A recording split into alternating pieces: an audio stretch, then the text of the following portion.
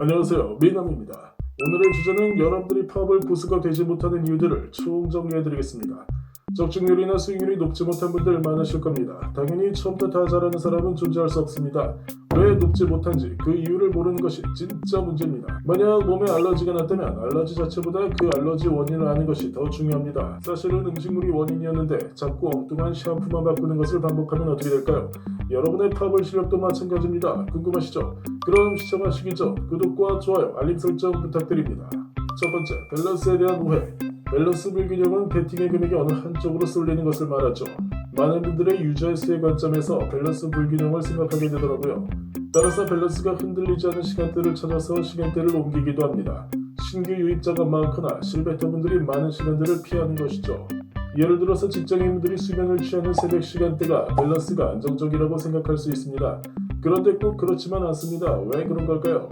헤비 유저들의 경우 숫자는 작아도 베팅 금액은 높기 때문에 헤비 유저들에 의해서도 밸런스가 흔들리는 경우가 있기 때문입니다. 그렇기 때문에 꼭 소액 실베터들이 많은 시간대를 피하는 것이 정답이 될 수는 없습니다. 다양하게 시간대를 정해서 본인에게 맞는 시간대를 찾아가세요. 두 번째, 강승부 베팅에 대한 오해.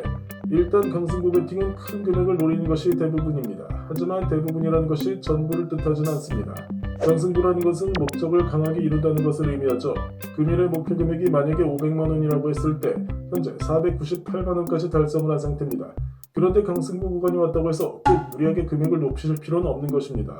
2만 원만 채우면 목적 달성이 되는 것인데 말이죠. 파업의 가장 큰 목적은 무엇일까요? 바로 목표 금액 도달입니다. 비록 2만 원의 소액 베팅이라 하더라도 목적을 달성하기 위한 귀중한 베팅이라면 그것도 강승부 베팅이 되는 것입니다. 세 번째, 출발 금액과 도달 금액에 대한 오해. 많은 분들이 작은 금액에서 큰 금액으로 목표를 세우십니다. 20출 100마감, 50출 200마감, 흔히 말하는 출 마감 전략이죠. 시드머니 대비 몇 배의 마감 전략을 세우시곤 합니다. 하지만 본인의 컨디션이 안 좋거나 집중력이 안 좋은 상태에서도 일관된 목표를 정하고 도전해야 할까요? 그리고 파벌의 메타값이 지속적으로 변하고 있는 상황일 때도 꼭 이렇게 유도리 없는 접근이 맞는 것일까요? 예를 들어 27로 시작을 했으면 100으로 마감할 때까지 파벌을 계속해서 연속해서 하고만 하고 있어야 하는 걸까요? 27로 시작해서 47로 마감하는 전략을 아침, 점심, 저녁 이렇게 시간대별로 여러 번 반복하는 것도 괜찮습니다.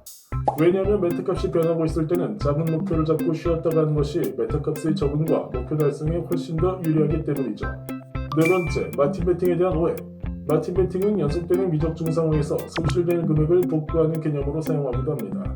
하지만 시간이 지날수록 통수의 차가 연속적으로 출현할 확률은 점점 작아지기 때문에 여러분들이 만약에 시드머니가 넉넉하게 있으시다면 일반 마틴 베팅이 아닌 슈퍼 마틴이나 울트라 마틴 베팅 혹은 리버스 마틴으로 수익률을 극대화시켜보는 것도 좋겠습니다.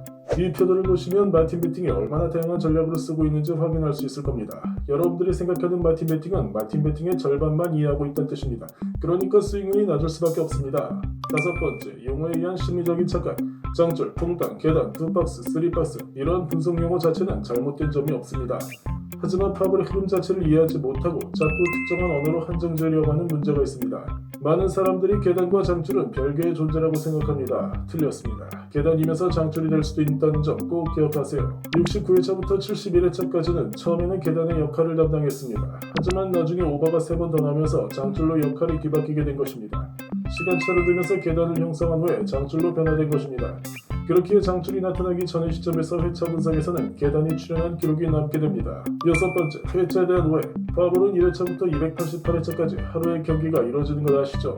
5분마다 한 번씩 열리기 때문에 정확하게 1440분 시간으로 환산하면 24시간이 되겠네요. 많은 사람들이 착각을 하시는 부분은 바로 경기를 288회차 단위로 우리가 정해놓은 물리적인 시간대의 틀대로 회차를 분석하려고 하는 것입니다. 이것은 큰 잘못된 인식의 오류입니다. 예를 들어 어젯밤 11시 30분부터 오늘 새벽 12시 30분까지 즉 전날 283회차부터 오늘 6회차까지 총 12경기 동안 이틀에 걸쳐 특정한 흐름이나 패턴이 형성될 수도 있습니다.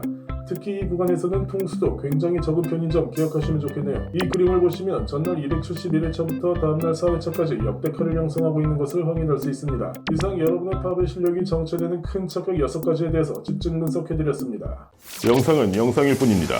인터넷 강의 좋지만 궁금하거나 이해 안 되는 건 저한테 카톡으로 꼭 물어보고 배워가십시오. 그게 다른 사람보다 한 발자국 더 가는 길입니다. 이상 미남이었습니다.